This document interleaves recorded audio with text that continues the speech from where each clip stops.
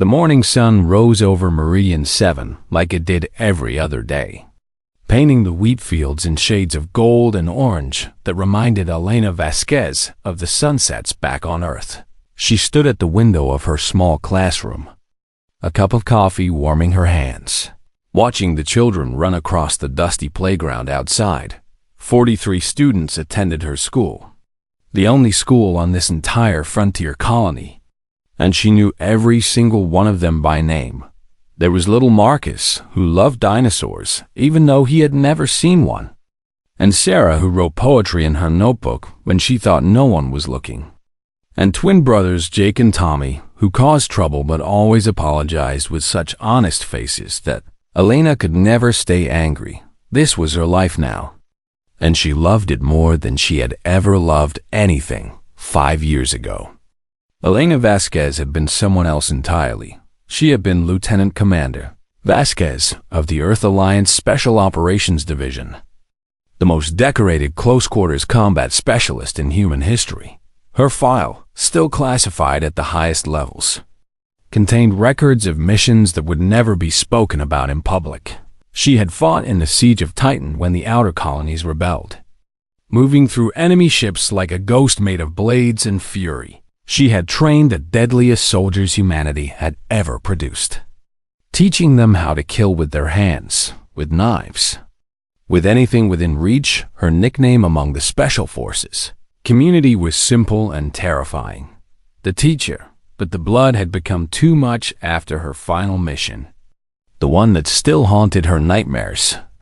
Elena had walked away from everything. She had taken her pension, bought passage on a colony ship, and traveled to the farthest human settlement she could find. Meridian 7 was a farming world, quiet and peaceful, with more cows than people, and more wheat than anyone knew what to do with. The colony needed a teacher, and Elena had discovered something surprising about herself.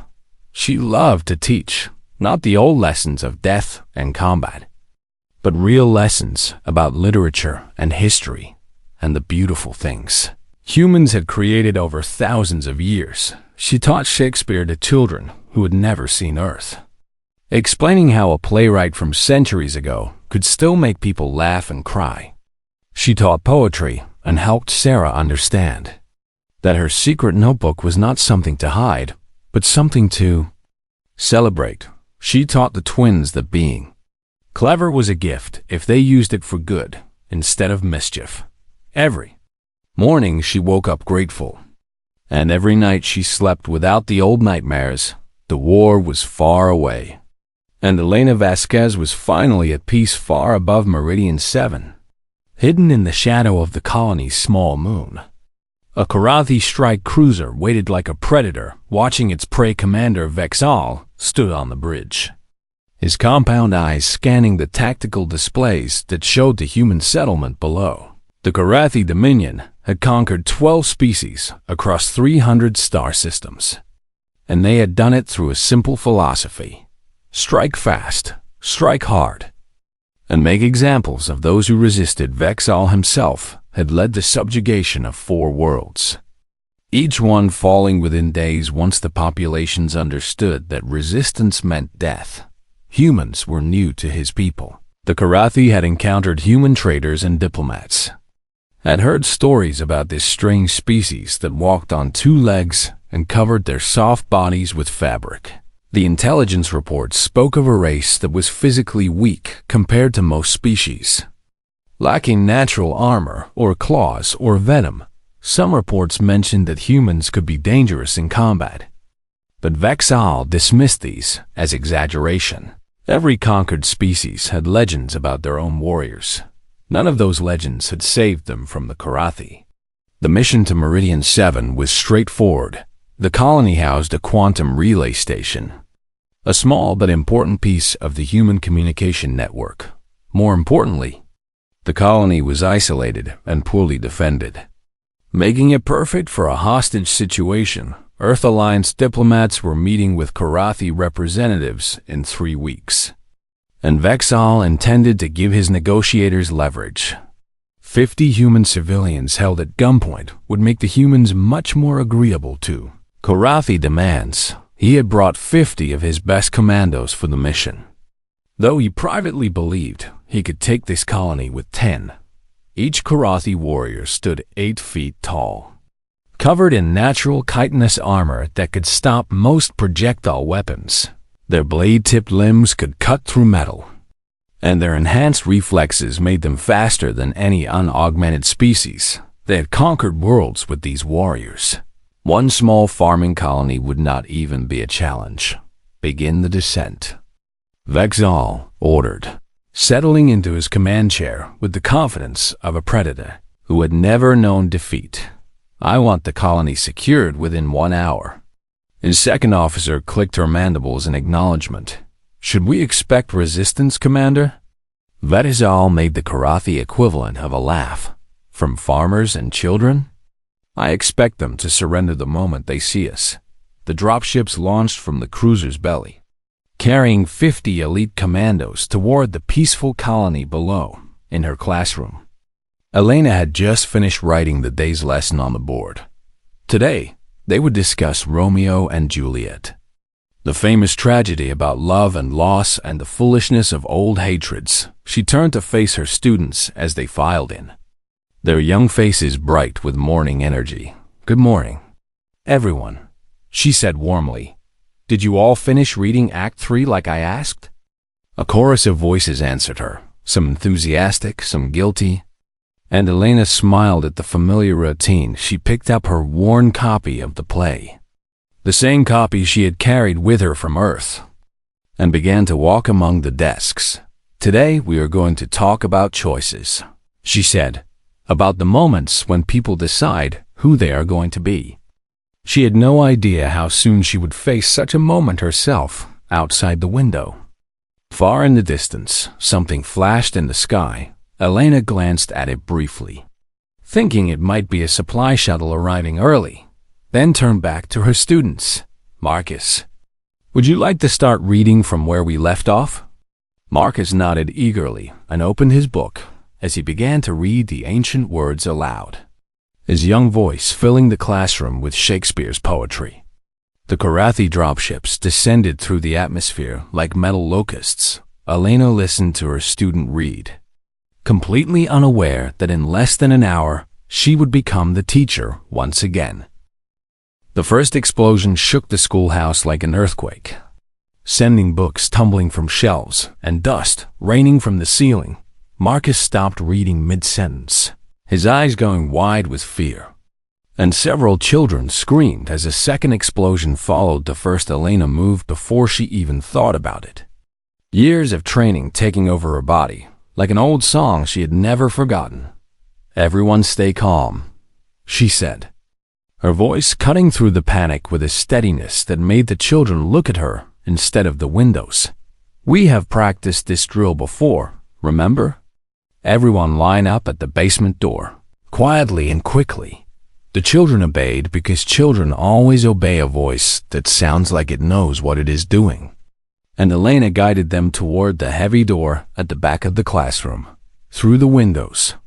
She could see them now. Karathi dropships were landing in the fields outside the colony, their hulls still smoking from atmospheric entry, and alien soldiers were pouring out like insects from a disturbed nest. Elena recognized them from the military briefings she had studied years ago. 8 feet tall, covered in dark armor that was actually part of their bodies, with limbs that ended in blades sharp enough to cut through steel.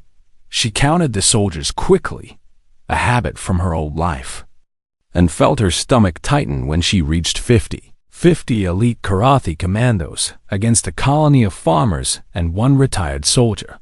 The odds were not good. Miss Vasquez, what is happening? Little Sarah asked, her voice trembling. Elena knelt down to meet the girl's eyes. Some visitors have arrived who are not very friendly, she said gently, but I need you to be brave for me, okay? I need you to go down to the basement with everyone else and stay very quiet until I come to get you. Are you coming with us? Elena hesitated for just a moment. I have to stay up here and talk to the visitors first, but I will come down as soon as I can. I promise. She ushered the last child through the basement door and, watched them descend the stairs into the shelter below. The basement had been built to withstand storms and had enough supplies to last weeks if necessary. The children would be safe there. Now she had to make sure they stayed safe. Elena closed the basement door and locked it from the outside, then turned to face her empty classroom. Her hands were shaking, but not from fear. Something old and dark was waking up inside her. Something she had tried very hard to bury 5 years ago. She walked to her desk and pressed her hand against a panel that looked like ordinary wood. It scanned her fingerprints and then clicked open, revealing a hidden compartment she had hoped she would never need to use. Inside lay the tools of her former trade. A combat suit made of materials so advanced that most militaries did not even know they existed. Designed to enhance speed and strength while remaining flexible enough for close-quarters fighting, twin monofilament blades, each one molecule thin at the edge, capable of cutting through almost any material in the known galaxy. A neural link headset that connected directly to her nervous system, allowing her to react faster than any normal human could. And underneath it all, the memories of what she had been. Elena stared at the equipment for a long moment. She had sworn she would never wear this suit again, never hold these blades again, never become the teacher again. But then she heard the screams from outside, the sounds of colonists being herded together at gunpoint. And she remembered why she had become a soldier in the first place. Not because she loved violence, because some people needed to be protected from those who did. She began to put on the suit. It fit her perfectly, molding to her body like a second skin, and she felt the familiar hum of its systems coming online. The neural link slid into place at the base of her skull, and suddenly the world seemed to slow down as her perceptions accelerated. She picked up the monofilament blades and felt their weight in her hands, light and deadly and perfectly balanced. For 5 years she had been Elena Vasquez, schoolteacher. Now, as she moved toward the door of her classroom, she was something else. She was the teacher, and class was about to begin outside. The Karathi Commandos were herding the colonists toward the center of the settlement with brutal efficiency. Men and women were dragged from their homes, children pulled from their parents, and anyone who resisted was struck down with casual violence. Squad leader Kethros watched the operation with satisfaction, his blade limbs clicking together in anticipation. These humans were exactly as weak as he had expected, soft and slow and utterly helpless against Karathi warriors. A few had tried to fight with farming tools and had been cut down within seconds. Search all the buildings, Kethros ordered his squad. The intelligence reports say there is a school somewhere in this colony with many young humans. They will make excellent hostages. 3 of his commandos moved toward the schoolhouse, their heavy footsteps leaving deep impressions in the dusty ground. Kethros followed them, eager to see the terror on the faces of human children. Terror was the first step in making a conquered people understand their place. The schoolhouse door was closed but not locked, and the first commando pushed it open with one armored limb inside. The room was empty, except for scattered books and overturned chairs, and one human female standing at the front of the room, her hands clasped behind her back, wearing some kind of form-fitting suit that Kethros did not recognize. She did not run. She did not scream. She did not even look afraid.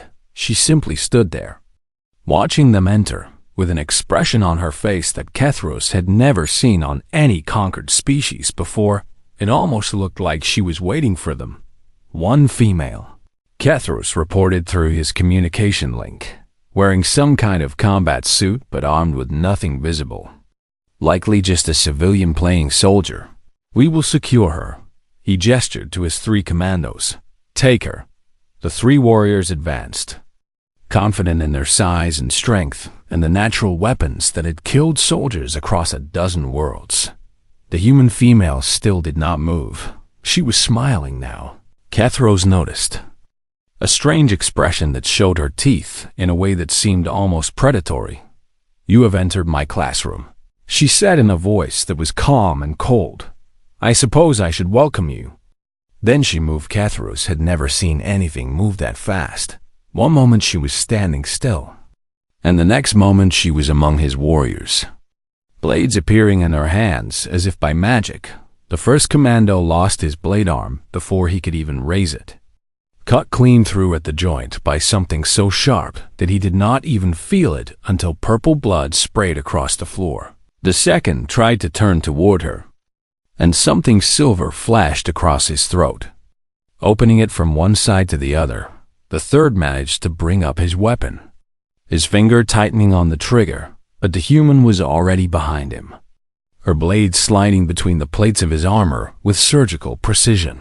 3 warriors, 3 seconds, 3 bodies hitting the floor. Kathros stared in disbelief as the human female turned to face him, her blades dripping with Karathi blood, that terrible smile still on her face. "Class is in session," she said. "Today's lesson is why you should never threaten human children." And squad leader Kathros, veteran of 12 conquests, felt something he had never felt before. He felt afraid. Kathros stumbled backward through the schoolhouse door, his mind struggling to process what he had just witnessed. 3 of his best warriors, killers who had conquered worlds, lay dead on the classroom floor. The human female walked toward him slowly, her blades catching the light from the windows, her eyes fixed on him with the focus of a predator. "You should run," she said. "Tell your friends what happened here." Kathros ran. He crashed through the door and sprinted toward the rest of his squad, his communication link screaming warnings that made no sense to the commandos who heard them. "Contact. Contact. The school is hostile. 3 warriors down. Send everyone." The Karathi commandos responded with trained efficiency, abandoning their civilian prisoners and moving toward the schoolhouse in a coordinated assault pattern. 15 warriors converged on the small building, weapons raised and ready, expecting to find some kind of hidden military force. Instead, they found one human woman walking out the front door to meet them. Elena assessed the situation in the time it took to blink. 15 Karathi, spread in a semicircle around the schoolhouse, armed with a mix of projectile weapons and their natural blade limbs behind them. More commandos were moving through the colony, and somewhere above them, a strike cruiser was watching everything through drone cameras. The neural link fed information directly into her brain, calculating distances and angles and threat levels faster than conscious thought. The colonists were watching from where they had been herded together, their faces showing a mix of fear and confusion as they saw their quiet schoolteacher standing alone against an alien army. Elena made her choice. She could not save everyone by hiding. She would save everyone by showing these invaders exactly what they had walked into. "My name is Lieutenant Commander Elena Vasquez," she called out, her voice carrying across the open ground. "Former Earth Alliance Special Operations, Siege of Titan. 13 confirmed solo operations behind enemy lines." She raised her blades. "You have invaded a human colony and threatened human children. And now I am going to teach you why that was the worst mistake of your lives." The Karathi opened fire. Elena was already moving, her enhanced reflexes turning the world into slow motion as she dove and rolled and spun through a storm of projectiles. The combat suit absorbed a few shots that came close, distributing the impact across its surface. And then she was among them. Fighting Karathi was different from fighting humans. They were bigger, stronger, and their natural armor made them hard to kill quickly. But Elena had studied their anatomy during her years in special operations, had learned where the joints connected and where the armor was thin and where a blade could slip through to reach vital organs. The first commando she reached swung at her with blade limbs that could cut through metal. She ducked under the swing, stepped inside his reach, and drove both blades up through the soft tissue under his chin. The second one tried to grab her, and she used his own momentum to throw him into a third. Then opened them both with a spinning slash that painted the ground purple. She fought like water, flowing around attacks instead of meeting them head-on, always in motion, always finding the gaps in their defenses. A blade limb caught her across the shoulder, cutting through the suit and drawing blood. But she barely felt it through the combat drugs the neural link was pumping into her system. She returned the favor by taking the arm off at the elbow. 7 karate fell in the first 30 seconds, and the remaining 8 began to realize they were not fighting a battle. They were being hunted. Fall back. One of them shouted, "Regroup," at the relay station. Elena let them run. She could have chased them down and killed them all. But that was not the lesson she wanted to teach. Fear was a better weapon than death. She wanted survivors. She wanted them to report what they had seen to their commander, to spread the word through their ranks, to understand that this colony was not the easy target they had expected. The colonists stared at her as she walked past them. This woman they had known as a gentle teacher, now covered in alien blood with blades in her hands and the cold light of war in her eyes. "Everyone get to the emergency shelters," Elena said. And even her voice was different now, hard and commanding. "The fighting is not over yet." They obeyed without question, scrambling toward the underground bunkers that every frontier colony maintained for emergencies. Elena watched them go, making sure the path was clear, then turned her attention to the rest of the settlement. There were still over 30 karate commandos somewhere in this colony, and she intended to find every single one of them. She moved through the streets like a ghost, using the buildings for cover, her neural link tracking enemy positions through their communication signals. A group of 5 had taken position in the grain storage facility, and she approached from the roof, cutting through the metal with her blades and dropping among them like death from above. Another group of 7 had fortified the water treatment plant, and she disabled their sentries one by one before moving inside to deal with the rest. Each encounter ended the same way. Some karate died quickly, and others she deliberately left alive but wounded, sending them limping back to their comrades with stories of a human demon that could not be stopped. The fear spread faster than she could have spread it herself. Commandos who had conquered worlds began looking over their shoulders, jumping at shadows, seeing threats in every corner. They were supposed to be the predators here. They had never been prey before. Commander Vexal watched the battle unfold from his ship with growing horror. His tactical displays showed his commandos dying, not in glorious combat, but in 1s and 2s and 3s, picked off by something that moved too fast for their helmet cameras to track. The recordings he did capture showed glimpses of a human female, small compared to his warriors, dancing through their ranks with blades that cut through armor like paper. 31 casualties confirmed, his tactical officer reported, her voice shaking in a way Vexal had never heard before. 7 additional warriors wounded and combat ineffective. From one human? Vexal demanded. 1 soldier? "The human appears to be enhanced somehow," the officer said. "Her speed and reflexes exceed any biological baseline we have recorded for their species." Vexal slammed his fist against his command console. "I brought 50 of our best warriors to take this colony. You are telling me that 1 female has killed most of them?" The intelligence reports did warn that some humans were dangerous in combat, his second officer said carefully. Perhaps those reports were not exaggerated after all.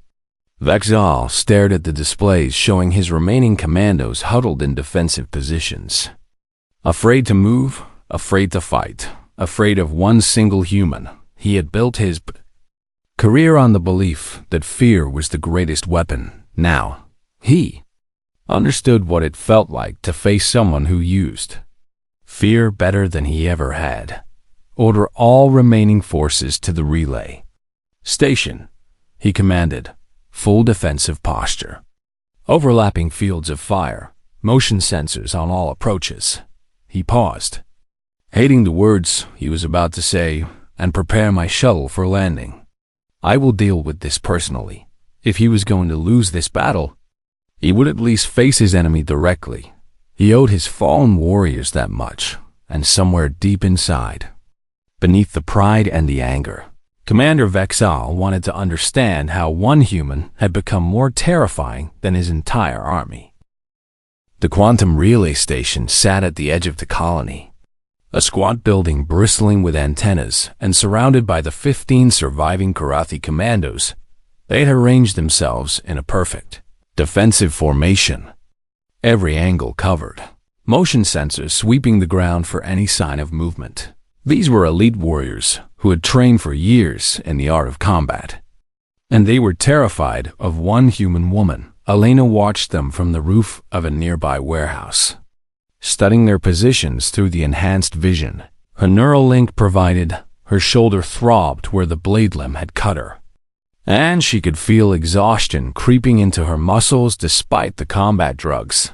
She was not young anymore, and she had spent 5 years letting her skills rust while she taught children about poetry. But the skills had not really rusted at all. They had just been waiting, sleeping beneath the surface, ready to wake up the moment she needed them.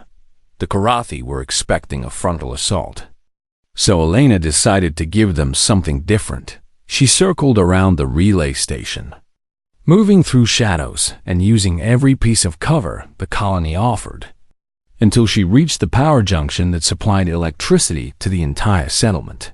A few cuts with her blade severed the main lines, and the colony went dark.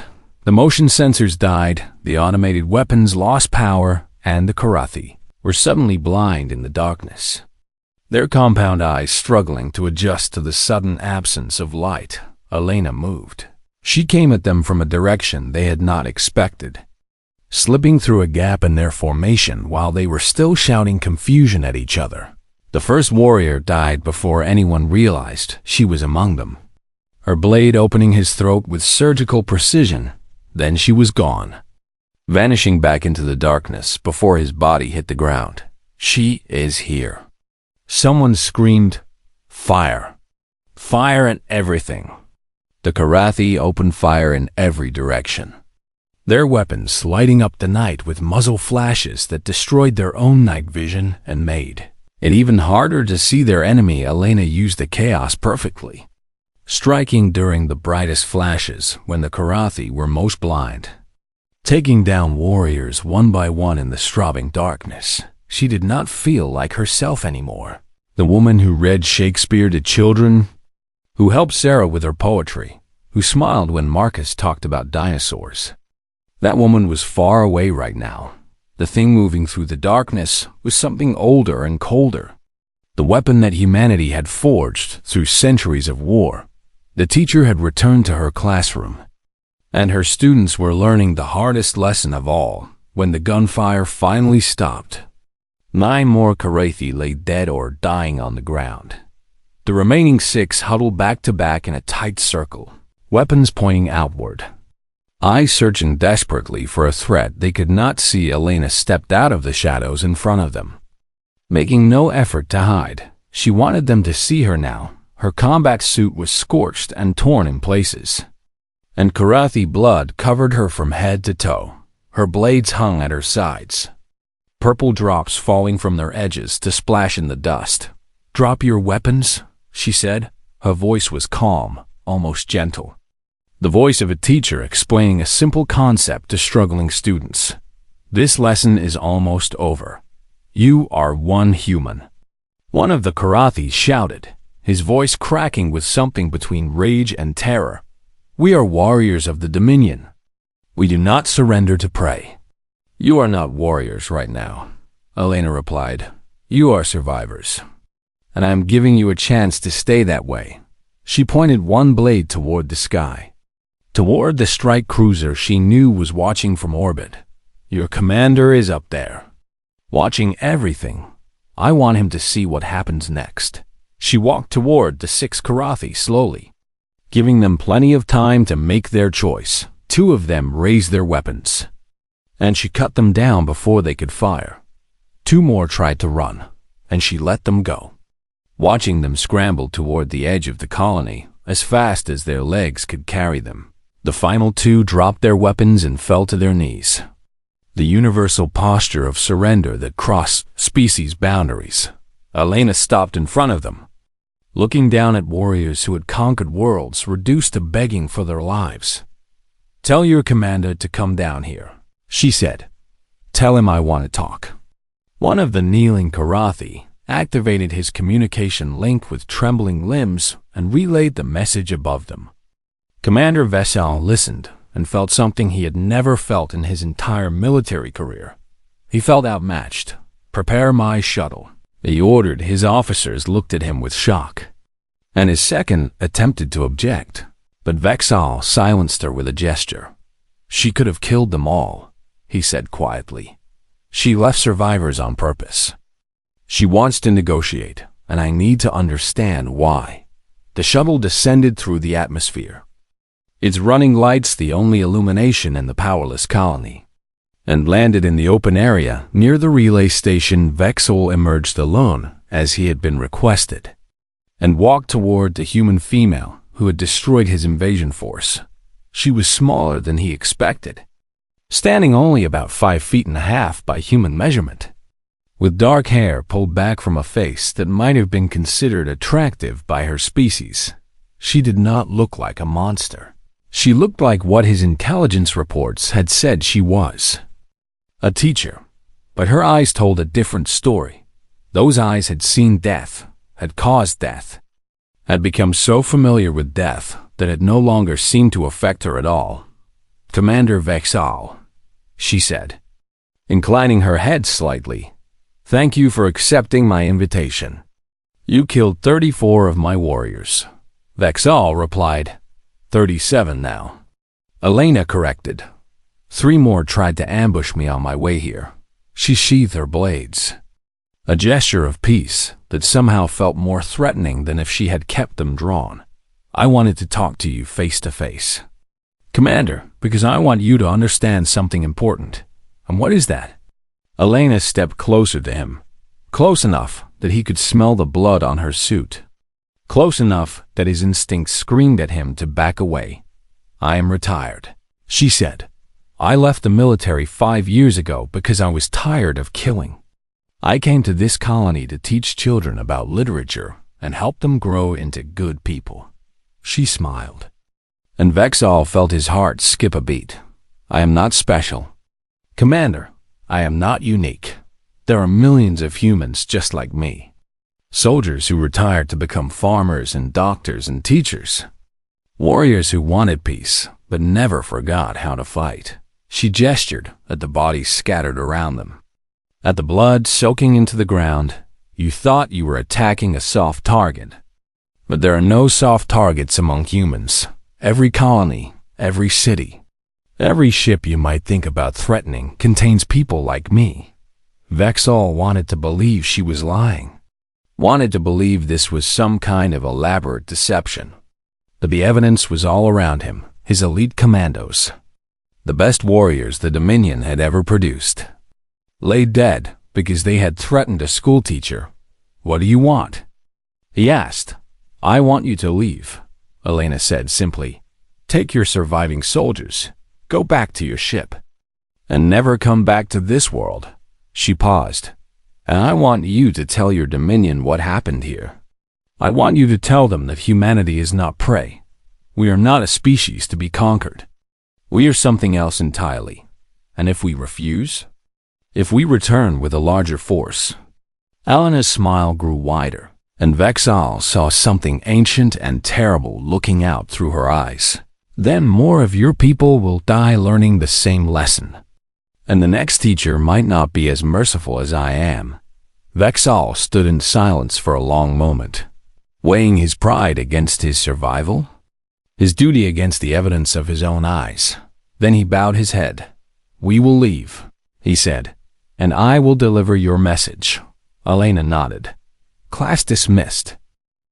The Karathi shuttle lifted off from Meridian 7 as the first light of dawn began to color the sky. Elena watched it rise until it became just another point of light among the stars. then turned and walked back toward the schoolhouse. The combat drugs were wearing off now, and every injury she had ignored during the fighting was making itself known with painful intensity. Her shoulder burned where the blade limb had cut her, and she was fairly certain she had cracked at least 2 ribs during one of the many close encounters. But she was alive, and the children were alive, and that was all that mattered. The colonists emerged from their shelters as word spread that the aliens were gone, and they gathered in the streets to stare at the aftermath of the battle. Karate bodies lay everywhere, and purple blood stained the ground in pools and splashes that would take weeks to clean. And in the middle of it all walked their schoolteacher, the kind woman who read stories to their children, covered head to toe in alien blood and carrying weapons that most of them had never seen before. Elena felt their eyes on her and wished she could disappear. She had worked so hard to build a new life here, to become someone different, and now they knew what she really was. They knew what she had been. She reached the schoolhouse and stopped at the basement door, taking a deep breath before she unlocked it. The children inside would have heard the fighting, would have spent hours in the darkness not knowing if they would ever see the sun again. She needed to be gentle with them. She needed to be their teacher again, not the thing she had become last night. The door swung open, and 43 frightened faces looked up at her from the shelter below. Marcus was the first to speak. "Miss Vasquez?" he said in a small voice. "Is it over?" Elena knelt down at the top of the stairs, suddenly aware of how she must look, and tried to smile reassuringly. "It is over," she said. "The bad visitors are gone, and they are never coming back." Sarah pushed forward through the crowd of children, her eyes wide as she looked at her teacher. "You fought them?" she asked. "You fought all of them by yourself?" Elena hesitated, not sure how to explain to children what she had done, or why she had been able to do it. "I used to have a different job," she said finally, "before I became a teacher. I was a soldier, and last night I had to be a soldier again to keep you safe." She looked at each of their faces, seeing fear and confusion and something else she had not expected. She saw awe. "I want you all to know that being a soldier is not something to admire," she continued. "Fighting and hurting people, even bad people, is not something anyone should want to do." She held out her hands, still stained with Karathi blood, despite her attempts to wipe them clean. "I became a teacher because I wanted to help people grow instead of making people die. And that is still what I want to do. I want to teach you and help you become good people who solve problems with their minds instead of their fists." Little Marcus stepped forward and took one of her bloody hands in both of his small ones. "But you saved us," he said simply. "You are a hero, Miss Vasquez." And then Sarah was hugging her, and the twins were crowding in, and suddenly Elena was surrounded by children who did not care about the blood or the violence or the terrible things she had done. They only cared that their teacher had protected them. Elena held them and finally let herself cry. 3 weeks later, the Earth Alliance received an unexpected message from the Karathi Dominion. The diplomatic negotiations that had been scheduled were no longer necessary. The message said, because the Dominion was withdrawing all territorial claims to human space, the official reason given was a reassessment of strategic priorities. But the human diplomats, who read between the lines, understood the truth. Someone had taught the Karathi a lesson they would never forget. The intelligence community went into overdrive trying to figure out what had happened on Meridian 7.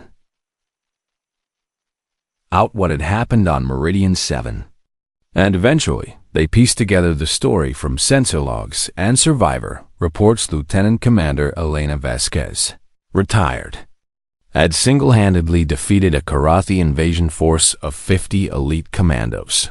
The military wanted to reinstate her immediately, to promote her to general, to put her in charge of training programs for the next generation of special operations soldiers. Elena declined all of it. She wrote a polite letter explaining that she had found her true calling and had no intention of leaving it. She was a teacher, and she intended to remain a teacher until the day she died. The colony of Meridian 7 returned to normal with surprising speed. The bloodstains faded from the streets. The damaged buildings were repaired, and life resumed its quiet rhythm of farming and family and community. Elena stood at the window of her classroom on the first day back, watching the children play outside, a cup of coffee warming her hands just like every other morning behind her. Her desk looked exactly as it always had, the hidden panel locked and sealed, the weapons inside cleaned and stored away for another emergency that she hoped would never come. Sarah approached her desk and placed a piece of paper on it, then hurried back to her seat with a shy smile. Elena picked it up and saw that it was a poem, written in Sarah's careful handwriting. It was about a teacher who was also a warrior, who chose to build instead of destroy, who showed her students that true strength meant knowing when not to fight. Elena read it 3 times, feeling tears prick at her eyes, then folded it carefully and put it in her pocket. "All right, everyone," she said, turning to face her class with a genuine smile. "Who wants to hear what happens to Romeo and Juliet?" 43 hands went up, and Elena Vasquez, teacher, began her lesson far away in the halls of the Karathi Dominion's central government. The official contact records for humanity were being updated. The new notation was simple, translated roughly as, "Do not engage. Avoid all civilian populations. They are not what they appear." And in the margins, in handwriting that belonged to Commander Vexal himself, was an additional note: "They have no soldiers because they are all soldiers. They just take breaks sometimes." Human diplomats who eventually saw this notation found it very amusing. Elena would have found it amusing too, if she had known about it, but she was too busy teaching Marcus about dinosaurs and helping Sarah with her poetry and trying to convince the twins to use their cleverness for good. She was too busy being exactly what she wanted to be. She was too busy being happy, and somewhere in the back of her mind, the teacher slept peacefully, ready to wake up if she was ever needed again, but content to rest for now. The lesson was over. The students had learned, and Elena Vasquez finally had the peace she had been searching for all along.